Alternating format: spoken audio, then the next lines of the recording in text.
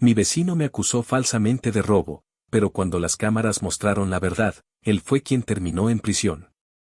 Nunca imaginé que una simple diferencia entre vecinos pudiera convertirse en una pesadilla tan grande, al punto de arruinar mi tranquilidad y manchar mi nombre de una forma que me tomaría meses corregir.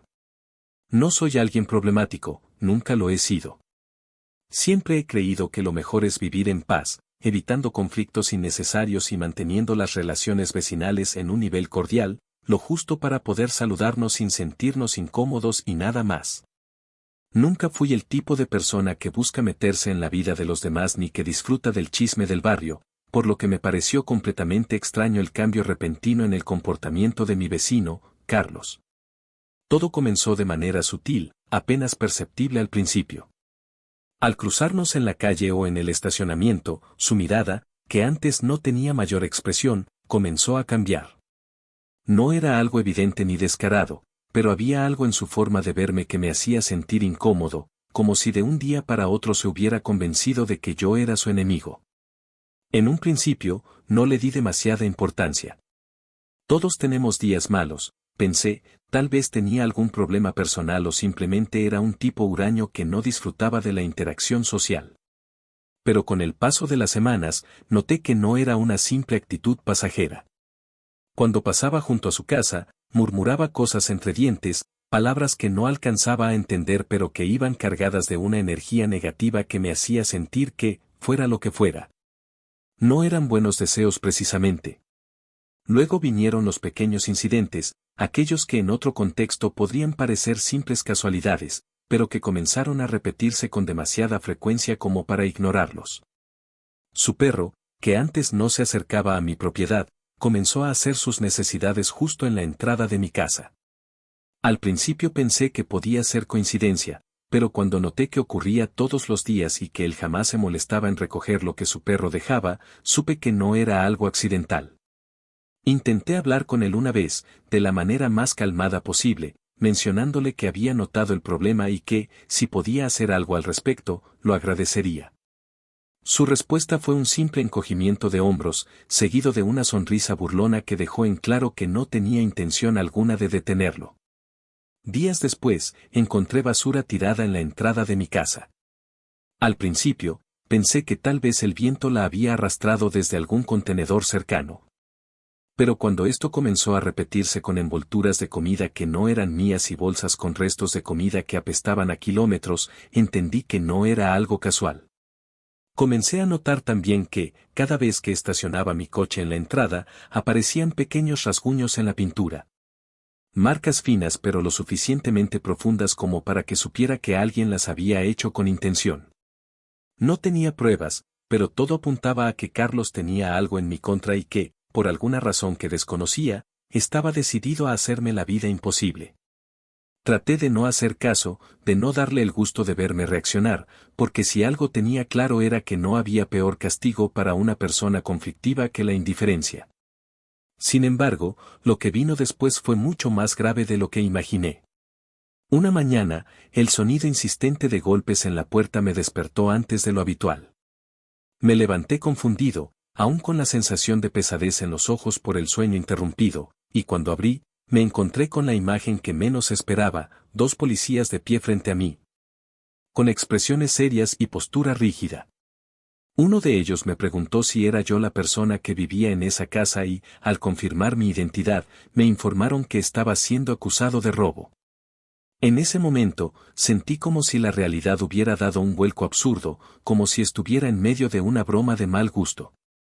Pregunté de inmediato de qué estaba hablando, seguro de que debía haber un error, pero los oficiales respondieron con frialdad que Carlos había presentado una denuncia en mi contra, asegurando que había irrumpido en su casa la noche anterior y me había llevado una suma de dinero en efectivo junto con algunas joyas de su esposa. La acusación era tan ridícula que mi primer impulso fue soltar una carcajada, pero la seriedad en los rostros de los oficiales me dejó claro que no había espacio para bromas. Intenté explicar que eso era imposible, que jamás había puesto un pie dentro de la casa de Carlos ni tenía motivo alguno para hacerlo, pero los policías insistieron en que necesitaban verificar mi coartada. Por suerte, tenía una. La noche anterior había estado en mi casa con mi novia viendo una serie y habíamos hecho una videollamada con mi hermana, lo cual quedaba registrado en el historial de llamadas. Aún así, eso no fue suficiente para evitar que me llevaran a la comisaría para continuar con el procedimiento. La experiencia de estar en una sala de interrogatorios, tratando de convencer a desconocidos de algo que yo sabía con certeza que no había hecho, fue frustrante y humillante. A pesar de que no encontraron absolutamente ninguna prueba en mi contra, el daño ya estaba hecho. No me arrestaron porque no tenían motivos legales para hacerlo, pero el simple hecho de que la policía hubiera llegado a mi casa con una acusación de ese tipo significaba que en el vecindario ya circulaban rumores. Que la gente susurraba cuando me veía pasar, que algunos evitaban cruzarse conmigo. Carlos había logrado su cometido, sin necesidad de probar nada, había plantado la semilla de la duda en la mente de los demás y me había convertido, aunque fuera momentáneamente, en el villano de la historia. Pero lo que él no sabía era que, en su desesperación por hundirme, había cometido un error fatal. No contaba con que, en el vecindario, había cámaras de seguridad. Y lo que esas cámaras habían captado era la clave para darle la vuelta a la historia. Actualización 1.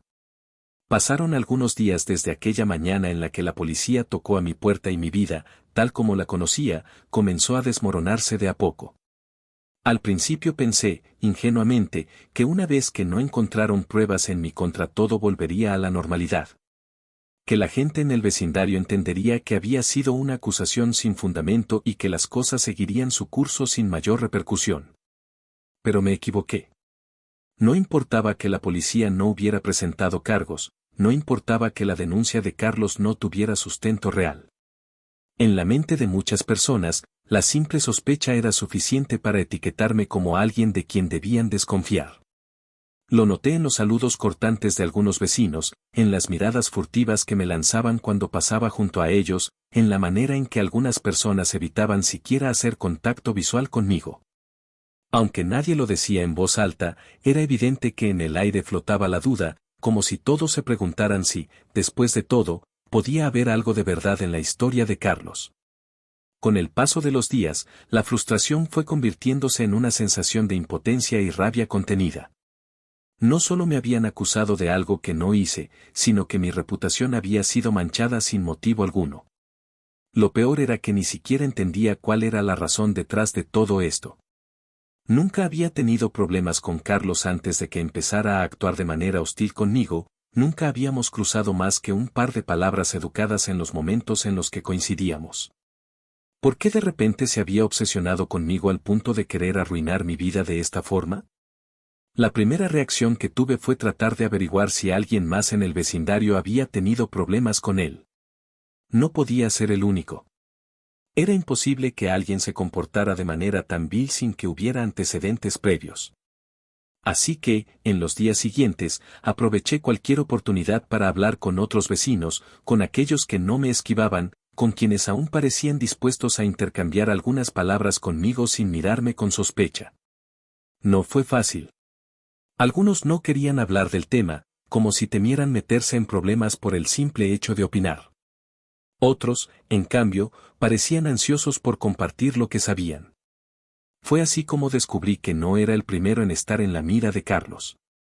Antes de que yo me mudara, el antiguo dueño de mi casa también había tenido conflictos con él. Según lo que me contaron, Carlos tenía la costumbre de crear problemas con la gente que vivía cerca de él, aunque nunca antes había llegado tan lejos como para presentar una denuncia falsa. Sin embargo, varios vecinos recordaban incidentes con él, situaciones en las que había acusado a otros de cosas absurdas. Discusiones en las que parecía disfrutar de provocar a la gente hasta el punto de hacerlos perder la paciencia. No era solo un vecino problemático. Era alguien que se alimentaba del caos, que necesitaba crear conflictos para sentirse en control. Uno de los vecinos con los que hablé mencionó algo que captó por completo mi atención. Me dijo que, tiempo atrás, varios residentes del conjunto residencial habían instalado cámaras de seguridad precisamente por situaciones como esta, porque había habido varios incidentes con robos. Autos vandalizados y disputas entre vecinos en las que no quedaba claro quién decía la verdad. Fue en ese momento cuando una idea se plantó en mi cabeza con una claridad absoluta. Si alguien tenía cámaras de seguridad instaladas, había una posibilidad de que hubieran captado algo relevante. Sin perder más tiempo, fui directamente con la administración del conjunto residencial para preguntar si podían revisar las grabaciones de la noche en la que supuestamente ocurrió el robo. No sabía si lograría algo con eso, pero era lo único que tenía en ese momento. Cuando les expliqué mi situación, los administradores accedieron a revisar el material y lo que encontraron fue, sin duda alguna, la prueba que necesitaba. En las imágenes se veía claramente a Carlos saliendo de su propia casa esa noche. Lo más importante no era el hecho de que saliera, sino lo que llevaba consigo. En sus manos cargaba una bolsa, y aunque la calidad del video no era lo suficientemente alta como para distinguir con exactitud qué había dentro, se notaba que llevaba objetos de cierto peso. Se le veía cruzando la calle en dirección a uno de los contenedores de basura que estaban un poco más alejados de la zona principal del vecindario. Allí, se detuvo por unos segundos, miró a su alrededor como si quisiera asegurarse de que nadie lo veía y luego dejó caer la bolsa dentro del contenedor antes de regresar a su casa como si nada hubiera pasado. La grabación me dejó helado. No solo había sido capaz de mentir descaradamente a la policía, sino que había planeado todo con anticipación. Se había tomado la molestia de deshacerse de los objetos que supuestamente yo había robado, todo con el propósito de construir una acusación lo suficientemente creíble como para ponerme en problemas. Y lo peor era que, de no haber sido por las cámaras, posiblemente se habría salido con la suya.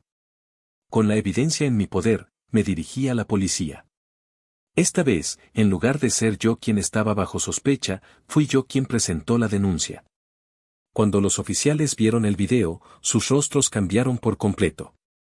Uno de ellos, el mismo que había venido a mi casa la primera vez, me dijo que esto ya no era solo un malentendido, que se trataba de una denuncia falsa y que iban a tomar el asunto en serio.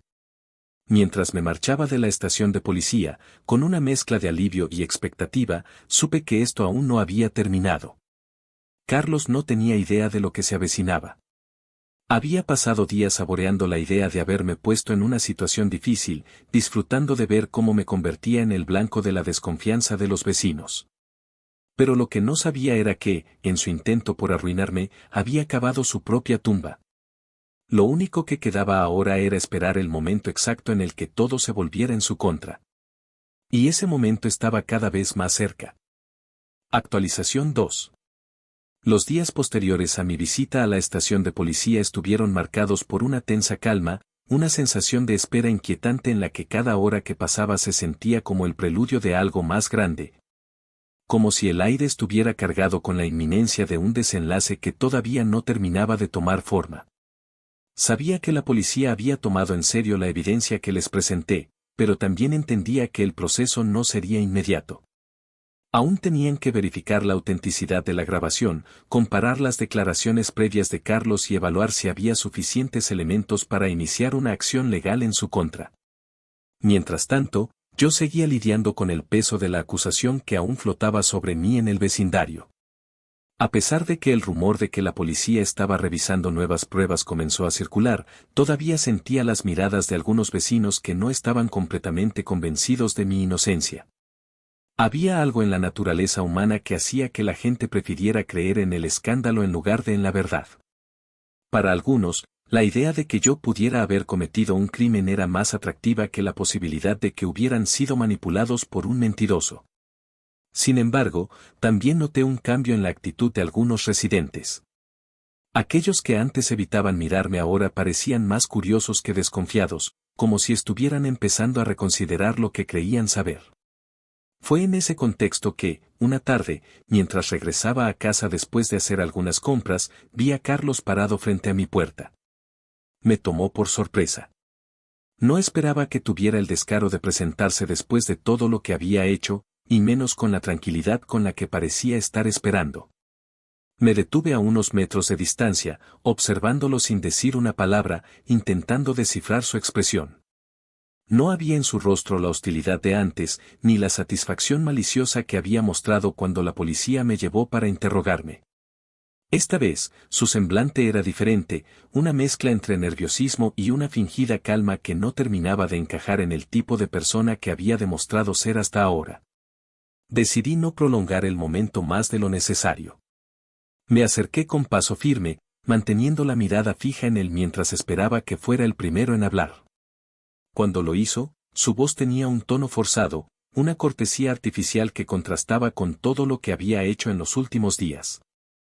Me dijo que creía que todo esto había sido un malentendido, que tal vez se había apresurado demasiado al hacer la denuncia y que no quería que las cosas entre nosotros siguieran tensas. Lo escuché sin interrumpirlo, dejando que su palabrería se deslizara sin causar el efecto que él esperaba. Lo que realmente me llamó la atención fue la forma en que se expresaba. No había una disculpa real en sus palabras, sino un intento de minimizar lo que había hecho. Como si presentar una denuncia falsa y arrastrarme a una situación humillante fuera algo que se pudiera resolver con una conversación casual en la puerta de mi casa. Dijo que, después de hablar con la policía, se dio cuenta de que tal vez había exagerado y que quería arreglar las cosas sin que esto se convirtiera en un problema más grande. Lo miré fijamente, analizando cada una de sus palabras, cada gesto nervioso que hacía, cada pausa en la que evitaba mi mirada. Era evidente que estaba asustado. Sabía que la policía había revisado el video, sabía que su historia no cuadraba y que ya no era yo quien estaba bajo sospecha. Intentaba salvarse de la única manera que conocía, manipulando la situación para hacerla parecer menos grave de lo que realmente era.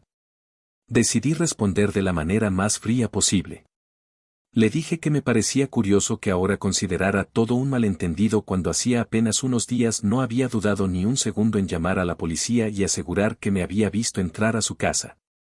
Le recordé que su testimonio había sido claro y detallado, que incluso había descrito la forma en la que supuestamente había irrumpido en su propiedad y había robado sus pertenencias. Me pregunté en voz alta cómo era posible que hubiera estado tan seguro entonces y ahora, de repente, todo le pareciera una confusión. Su expresión cambió en ese instante. La incomodidad se hizo más evidente y su intento de mantener la calma comenzó a desmoronarse. Dijo que tal vez había cometido un error, que las cosas no eran tan simples y que en su momento estaba alterado. Su voz sonaba insegura, como si estuviera improvisando su justificación en ese mismo momento. Yo ya había tenido suficiente. No tenía intención alguna de prolongar la conversación, así que simplemente le dije que, si realmente quería arreglar las cosas, lo mejor que podía hacer era decirle la verdad a la policía. Su rostro se tensó al escuchar esas palabras. Me miró durante unos segundos, como si estuviera evaluando si valía la pena seguir insistiendo, pero al notar que no iba a obtener de mí la reacción que buscaba, simplemente resopló y dijo que esperaba que pudiéramos dejar todo atrás. Lo vi alejarse, caminando con la misma postura rígida de alguien que intentaba aparentar más confianza de la que realmente tenía. Cuando desapareció de mi vista, entré en casa con la certeza de que esto no había terminado. Su intento de manipular la situación no había funcionado y eso significaba que, si se veía realmente acorralado, podía reaccionar de maneras impredecibles. Horas más tarde, recibí una llamada de la policía. Me informaron que Carlos había sido citado nuevamente para declarar y que, después de presentarle las pruebas en su contra, su versión de los hechos había cambiado radicalmente. En lugar de sostener su mentira inicial, ahora afirmaba que alguien más lo había obligado a inventar la historia, que había actuado bajo presión y que en realidad nunca me vio entrar a su casa. Su excusa era tan absurda que los oficiales no tardaron en ver a través de ella. La llamada terminó con una noticia que esperaba escuchar desde hacía días: Carlos había sido arrestado por presentar una denuncia falsa y manipular pruebas. A pesar de que el proceso aún no había concluido, al menos ya no era yo quien estaba bajo sospecha. Cuando colgué el teléfono, me quedé en silencio por un momento, asimilando lo que acababa de ocurrir. Había esperado este momento con ansias, pero no sentí la satisfacción inmediata que creí que sentiría. No porque no lo mereciera, sino porque, de algún modo, sabía que esto aún no había terminado. Carlos había sido acorralado, pero todavía quedaban muchas piezas por caer. Esta era apenas la primera parte de su caída. Actualización 3. Los días siguientes al arresto de Carlos estuvieron marcados por una extraña sensación de alivio contenida, como si finalmente hubiera logrado inclinar la balanza a mi favor. Pero aún quedara una sombra persistente acechando en los rincones de mi mente. Sabía que esto no significaba el final, que el proceso judicial apenas comenzaba y que aún había detalles por resolverse, pero al menos por primera vez desde que esta pesadilla comenzó. Ya no era yo quien estaba bajo el ojo del huracán. Sin embargo, el impacto de lo ocurrido en el vecindario no se desvaneció de inmediato. La noticia del arresto de Carlos se esparció con rapidez entre los residentes del conjunto residencial. Al principio, las reacciones fueron variadas. Algunos, aquellos que siempre habían dudado de su versión, lo tomaron con sorpresa moderada, casi como si hubieran esperado algo así tarde o temprano. Otros, los que habían estado más inclinados a creer en su historia, se encontraron de pronto en la incómoda posición de haber apoyado a un mentiroso. Noté cómo ciertas personas que antes evitaban mirarme ahora lo hacían con una mezcla de curiosidad y vergüenza. Como si de alguna manera esperaran que yo les ofreciera algún tipo de absolución silenciosa por haber dudado de mi inocencia. A pesar de todo, no me apresuré a interactuar con nadie. Sabía que el tiempo se encargaría de acomodar las piezas y que no valía la pena gastar energía tratando de convencer a quienes, en un principio, habían estado dispuestos a creer en una mentira sin pruebas. Preferí observar desde la distancia cómo la percepción sobre Carlos se transformaba lentamente. Aquellos que solían saludarlo con amabilidad ahora hablaban de él en susurros o lo mencionaban con evidente incomodidad. Su casa, que antes parecía ser un punto de reunión ocasional para algunas personas, ahora se veía silenciosa y desolada. Una representación física de la caída de alguien que había disfrutado de su poder sobre los demás hasta que su propio ego lo había traicionado. Pero aunque la noticia del arresto fue un golpe fuerte para su reputación, no fue la única consecuencia que enfrentó. Con el paso de los días, comencé a notar movimientos inusuales alrededor de su casa. Al principio, no le di mucha importancia, pero luego me di cuenta de que había algo diferente en la rutina de su esposa. Antes de que todo esto sucediera, solía verla en el vecindario con cierta regularidad, llevando a su hijo pequeño al parque o saliendo de compras, pero desde el arresto de Carlos, su presencia se había reducido drásticamente. Las pocas veces que la vi, su expresión era de agotamiento y tensión contenida, como si estuviera librando una batalla interna que aún no sabía cómo resolver. Fue una mañana cuando finalmente obtuve la confirmación de lo que sospechaba. Me desperté temprano y, al asomarme por la ventana, vi como un par de hombres comenzaban a cargar muebles y cajas en un camión estacionado frente a la casa de Carlos. No había duda, su esposa se estaba yendo. Se movía con prisa, dirigiendo a las personas que la ayudaban con una expresión de determinación en el rostro, como si hubiera tomado la decisión de cortar toda conexión con su esposo sin mirar atrás. No pude evitar preguntarme cuánto sabía realmente sobre él, si estaba al tanto de sus manipulaciones o si había creído sinceramente en su versión hasta que las pruebas lo desmintieron. Fuera cual fuera la respuesta, era evidente que había llegado a su límite y que no pensaba permanecer allí para enfrentar las consecuencias de sus actos. A medida que pasaban las horas y el camión se llenaba con sus pertenencias, noté que algunos vecinos observaban desde la distancia, murmurando entre ellos con esa mezcla de morbo y asombro que solía acompañar los escándalos en comunidades cerradas como esta. Nadie se acercó a ayudarla ni le ofreció palabras de apoyo. Tal vez algunos aún dudaban de si ella había sido cómplice o si simplemente preferían mantenerse al margen hasta que todo terminara de esclarecerse. Finalmente, cuando todo estuvo listo, la vi subir al vehículo con su hijo y marcharse sin mirar atrás. El vecindario, que antes parecía tan seguro y predecible, había cambiado de forma irreparable en cuestión de semanas. Lo que había comenzado como una disputa silenciosa entre Carlos y yo ahora se había convertido en un punto de inflexión que afectaba a más personas de lo que había imaginado. Y aunque su arresto había sido un triunfo, todavía quedaba una pregunta rondando en mi mente: ¿qué pasaría con él ahora? La respuesta llegó más rápido de lo que esperaba. Unos días después, recibí una llamada de la policía informándome que Carlos estaba enfrentando cargos formales por la denuncia falsa y por manipulación de pruebas. Me explicaron que, aunque el delito en sí no era considerado de los más graves, el hecho de que hubiera intentado incriminarme con pruebas fabricadas complicaba su situación.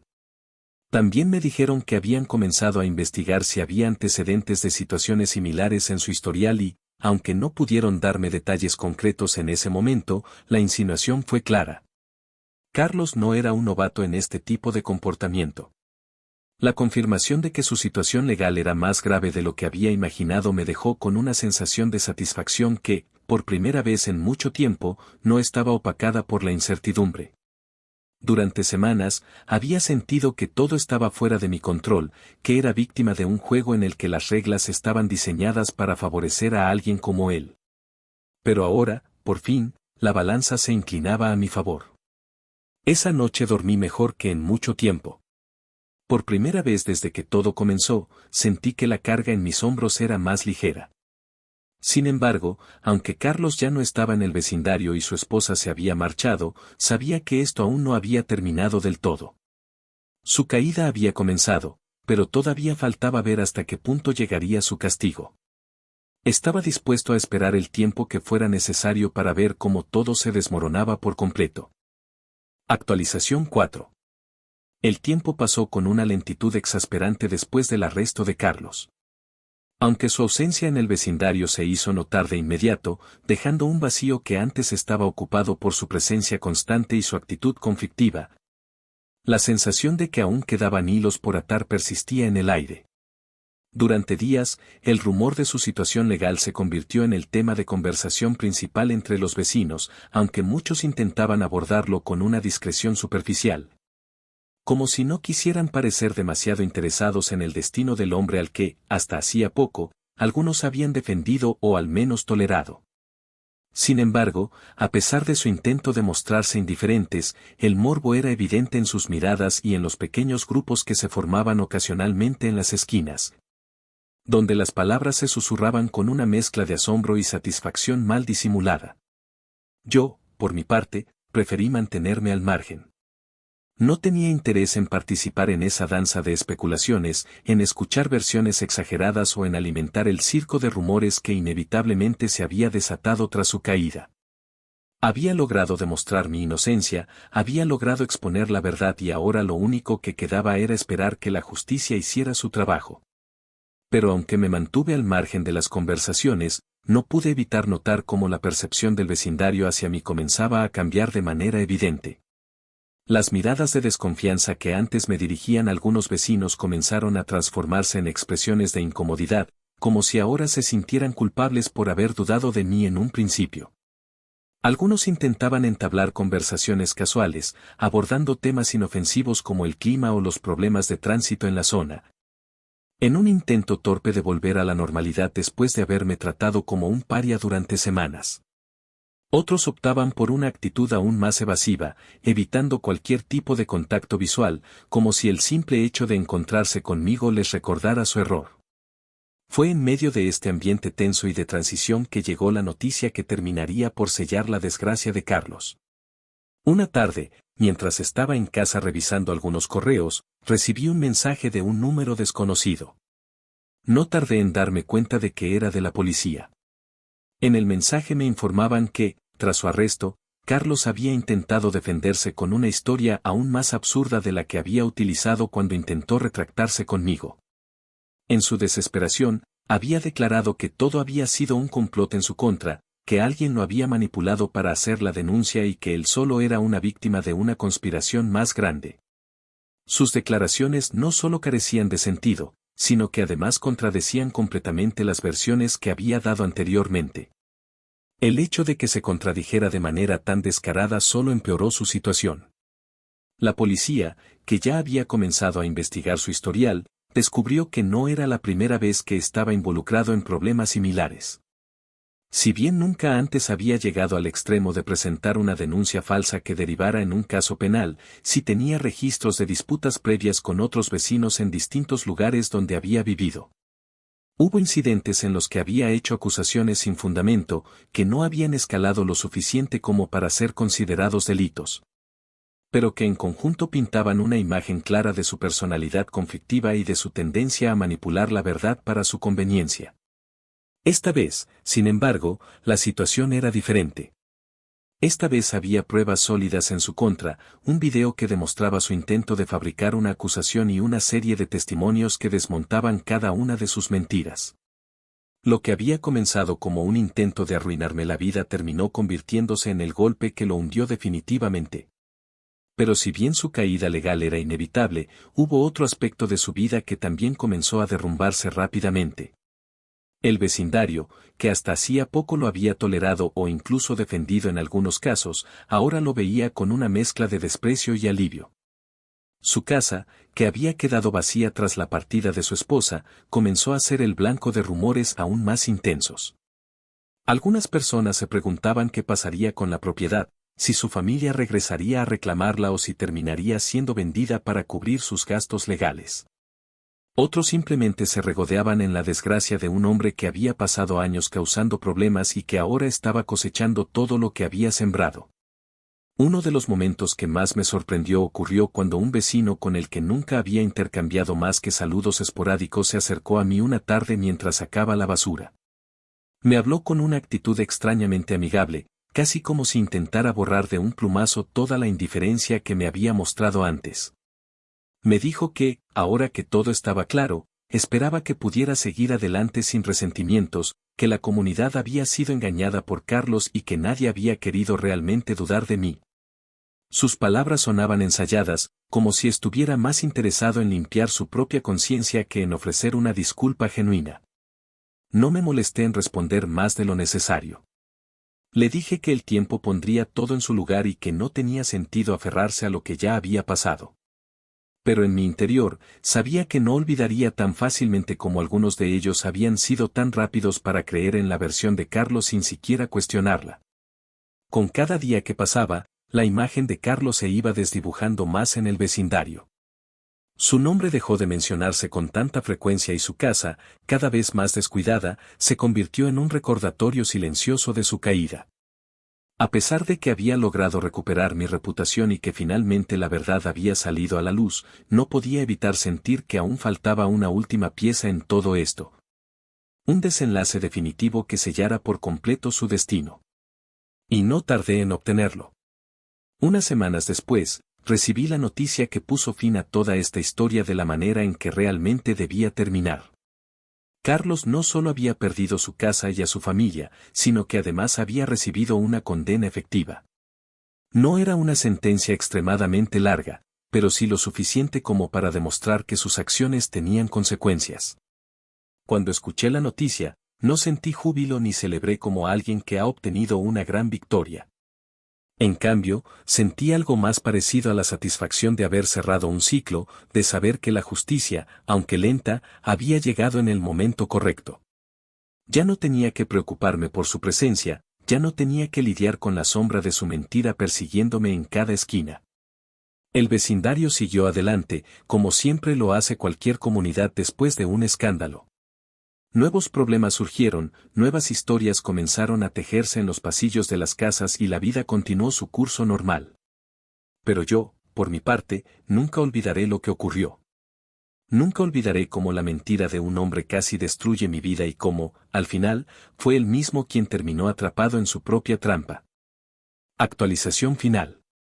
El tiempo siguió avanzando con la misma indiferencia con la que siempre lo hace, arrastrando consigo el eco de los acontecimientos recientes hasta que comenzaron a desdibujarse, transformándose en meras anécdotas dentro de la memoria colectiva del vecindario. Lo que en su momento pareció ser el epicentro de un escándalo ahora no era más que un susurro ocasional en las conversaciones, una historia que algunos aún recordaban con interés mientras otros preferían ignorar. Como si con ello pudieran borrar la incomodidad de haber formado parte, aunque fuera de manera pasiva, de una injusticia evidente. Pero para mí, esta historia no era algo que pudiera dejar atrás con tanta facilidad. Durante semanas había cargado con el peso de la acusación. Había sentido en carne propia lo que significaba ser señalado sin pruebas y haber sido juzgado con la rapidez con la que la gente suele hacer juicios cuando no les afecta personalmente. El día en que finalmente me confirmaron la sentencia de Carlos, experimenté una sensación que no supe identificar de inmediato. No era júbilo ni euforia, porque a pesar de todo lo que había pasado, nunca disfruté ver la desgracia ajena de manera gratuita. Tampoco era solo alivio, porque si bien su condena significaba el cierre definitivo de esta historia, el daño ya estaba hecho y había cicatrices que tardarían en desaparecer. Era más bien una mezcla de satisfacción y justicia, la certeza de que, aunque el camino había sido largo y frustrante, al final la verdad había prevalecido. Carlos recibió una sentencia que, aunque no era extremadamente severa, sí era suficiente para dejar claro que sus acciones no quedarían impunes. No solo lo habían declarado culpable por la denuncia falsa y la manipulación de pruebas, sino que también habían salido a la luz otros detalles de su historial que habían sido suficientes para agravar su situación legal. Aunque no tenía acceso a todos los pormenores del caso, lo que sí supe fue que su defensa intentó hasta el último momento minimizar su responsabilidad, argumentando que había actuado bajo presión, que había sido un error de juicio, que nunca tuvo la intención real de perjudicarme de esa manera. Pero los jueces no se dejaron convencer. La evidencia en su contra era demasiado clara, sus contradicciones demasiado evidentes y su historial demasiado problemático como para que pudieran reducir su castigo a una simple advertencia. Cuando la noticia comenzó a circular entre los vecinos, noté que muchos la tomaban como un cierre definitivo a todo lo que había ocurrido. Para ellos, Carlos era un capítulo que podían dar por terminado, alguien que ya no formaba parte del vecindario y cuya historia solo quedaría como una advertencia sobre las consecuencias de jugar con la ley. Pero para mí, esto significaba algo más. Durante semanas, había sentido que mi vida estaba suspendida en un limbo, atrapada en la incertidumbre de lo que pasaría con mi nombre, con mi reputación, con la forma en que la gente me percibía. Ahora, por fin, sentía que podía recuperar el control, que ya no tenía que justificarme ante nadie ni demostrar mi inocencia con explicaciones que nunca debía haber tenido que dar en primer lugar. El impacto en la comunidad se manifestó de maneras distintas. Algunos vecinos que antes habían estado completamente seguros de su inocencia ahora hablaban de Carlos con desprecio, como si nunca hubieran dudado de mí, como si siempre hubieran sabido que era un mentiroso. Otros, aquellos que habían sido más vocales en su apoyo hacia él, simplemente guardaron silencio, desapareciendo de la narrativa como si su involucramiento nunca hubiera existido. Pero lo que más me llamó la atención fue la forma en que su casa se convirtió en un recordatorio silencioso de todo lo ocurrido. Con su esposa y su hijo fuera del vecindario y con él en prisión, la propiedad quedó en un limbo, cerrada y abandonada, acumulando polvo y maleza en el jardín delantero como si la misma estructura reflejara la decadencia de su dueño. Durante los meses siguientes, vi cómo la casa de Carlos se deterioraba poco a poco. La pintura comenzó a desgastarse, las ventanas permanecieron cerradas y los anuncios de venta aparecieron en la fachada, aunque pocos parecían interesados en comprar una propiedad con una historia tan cargada de negatividad. Algunos vecinos mencionaron que la esposa de Carlos estaba tratando de venderla para poder empezar de nuevo en otro lugar, lejos de la sombra de su pasado. No me sorprendió. Después de todo, nadie querría vivir en el sitio que alguna vez perteneció a un hombre que terminó en prisión por intentar arruinar la vida de otra persona. A pesar de que el tiempo ayudó a que la historia dejara de ser el tema de conversación principal en el vecindario, nunca dejé de notar ciertos cambios en la forma en que la gente me trataba. Ya no me evitaban como antes, ya no hablaban en susurros cuando pasaba junto a ellos, pero tampoco podían borrar por completo la memoria de cómo me habían visto antes de que todo se esclareciera. Había una tensión sutil en sus interacciones, una especie de incomodidad silenciosa que solo podía ser resultado del hecho de que, en algún punto, me habían juzgado erróneamente. Lo acepté con el tiempo, comprendiendo que aunque la verdad había salido a la luz, el recuerdo de la mentira nunca desaparecería del todo. Con los meses, mi vida finalmente volvió a la normalidad, aunque nunca de la misma manera en que había sido antes de todo esto. Aprendí que la gente es rápida para creer lo peor y que la justicia, aunque tarde, llega cuando se tiene la paciencia para esperar.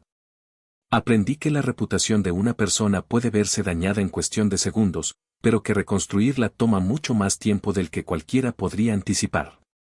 Y sobre todo, aprendí que la venganza más efectiva no siempre es la que se busca activamente, sino aquella que llega por sí sola cuando los culpables caen por el peso de sus propias acciones. Carlos intentó destruirme, pero al final, fue él quien terminó destruido. Su intento de hundirme lo llevó a perderlo todo, su libertad, su familia, su hogar y su reputación. Todo lo que había construido con base en mentiras y manipulación terminó derrumbándose con la misma facilidad con la que había tratado de hacerme caer a mí. Su caída fue completa y definitiva, y aunque nunca busqué directamente venganza, la vida se encargó de darle exactamente lo que merecía. El vecindario siguió adelante. Nuevas familias se mudaron, nuevas historias comenzaron a tejerse en sus calles, y con el tiempo, la historia de Carlos se convirtió en un recuerdo lejano. Algo que solo mencionaban aquellos que habían estado allí para presenciarlo. Pero yo nunca lo olvidaré. No olvidaré cómo se sintió estar en el centro de una mentira tan calculada, ni cómo se sintió ver a quien me quiso hacer daño caer por su propio peso. Y aunque no lo diría en voz alta, cada vez que pasaba frente a su casa vacía, no podía evitar pensar que, al final, había ganado sin siquiera tener que mover un dedo.